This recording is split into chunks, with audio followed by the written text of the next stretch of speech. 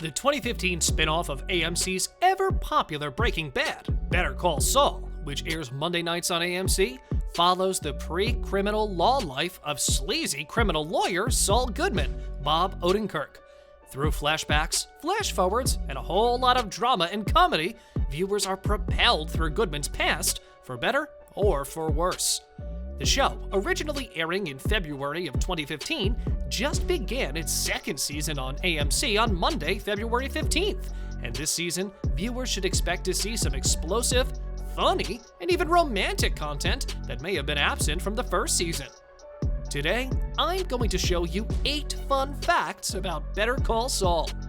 Before the start of the video, make sure to leave a like, and if you want to see more content, subscribe to the channel. Let's get started. Number 8. The genre change. The producers of Better Call Saul were at a bit of a loss when tasked with creating a spin-off to arguably one of the most talked about TV shows in recent history.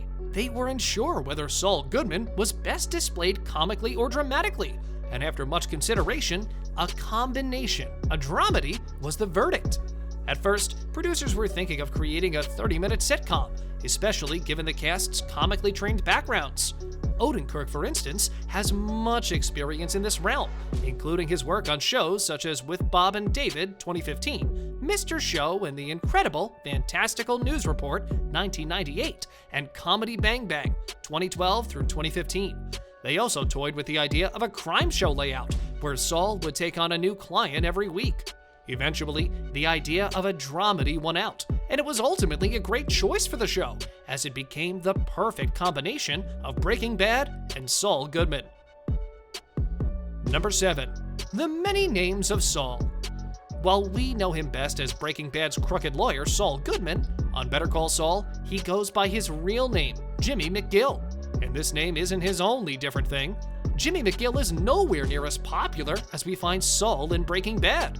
Instead, this show is a prequel to Breaking Bad, so we find Jimmy at the absolute bottom of the food chain, and he's got quite a bit of climbing to do.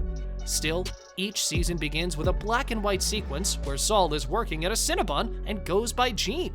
This is a glimpse at Saul's future, beyond the events of Breaking Bad. He's left town, changed his name, and taken up a new career, and he looks miserable. So far, we have yet to be fully introduced to Saul Goodman in the series, although this season, the change is becoming a little more apparent. Number 6. There will be romance. The first episode of this season demonstrated the depth of Kim and Jimmy's relationship, and it's more than likely this budding romance is going to grow or fail as the season progresses. As a refresher, Kim Wexler, Rhea Seehorn, is a litigator at Hamlin, and McGill, who has an obvious, though unknown at this time, past with Jimmy. In episode 1 of season 2, it's suggested that Kim is much more familiar with the game of deception than meets the eye, and it's very possible that she and Jimmy crossed paths in a con, though that's all speculation at this point. Still, their relationship will undoubtedly be tested as the season continues, so as far as the romance goes, it's safe to assume we haven't seen the last of it. Number 5. Brothers fight. Chuck McGill, Michael McKean, is Jimmy's agoraphobic brother, who, in an unexpected twist, is standing between Jimmy and a job at a reputable law firm, specifically Hamlin, and McGill, even though Jimmy had taken care of his brother while he was incapacitated by his mental illness. In episode 2 of the current season, the brothers meet once again, and to describe the reunion as icy would be an understatement. While the nature of Chuck's return and the implications are still relatively unknown, viewers should expect to see effects begin to snowball as the season continues. There will probably still be conflict, tension, and awkwardness between the two, so expect Chuck's return to hold some weight. Number 4. Mike's background. Perhaps one of the most likable Breaking Bad criminals, Mike Ehrmantraut Jonathan Banks, is also a regular on Better Call Saul. Best known as Goodman's fixer from the original series, Better Call Saul gives viewers a chance to explore Mike's background a little further, specifically where the attachment to his family comes from and how Mike and Saul initially meet. In terms of how Mike has gotten to this point, the ex-cop dramatically left the force for contract work in more criminal fields. His son, Matt, also a cop, was shot by 2 co-workers, leaving behind a daughter, Kaylee.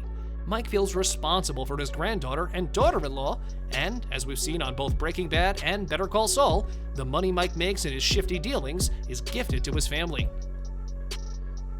Number 3. Don't expect Saul yet. Better Call Saul is misleading in that viewers aren't going to be introduced to the Saul Goodman they know from Breaking Bad. Instead, we might see occasional glances at the character, or perhaps even full-on glimpses when Jimmy and Mike partner up. But as for the transformation from Jimmy to Saul, we might be waiting quite a while. Producers have made no secret of their intention with the show. The transformation will be a very gradual one. The goal is to keep the show as realistic as possible, and no personality change happens overnight.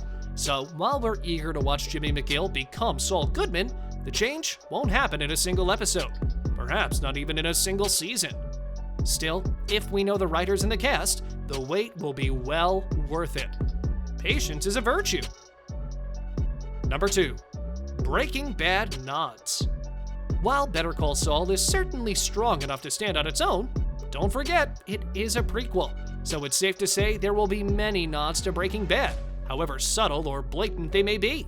So far, there have been a few subtle nods, such as the tequila Kim and Jimmy drank in Season 2, Episode 1. This is the same tequila later used by Gus to poison the Juarez cartel.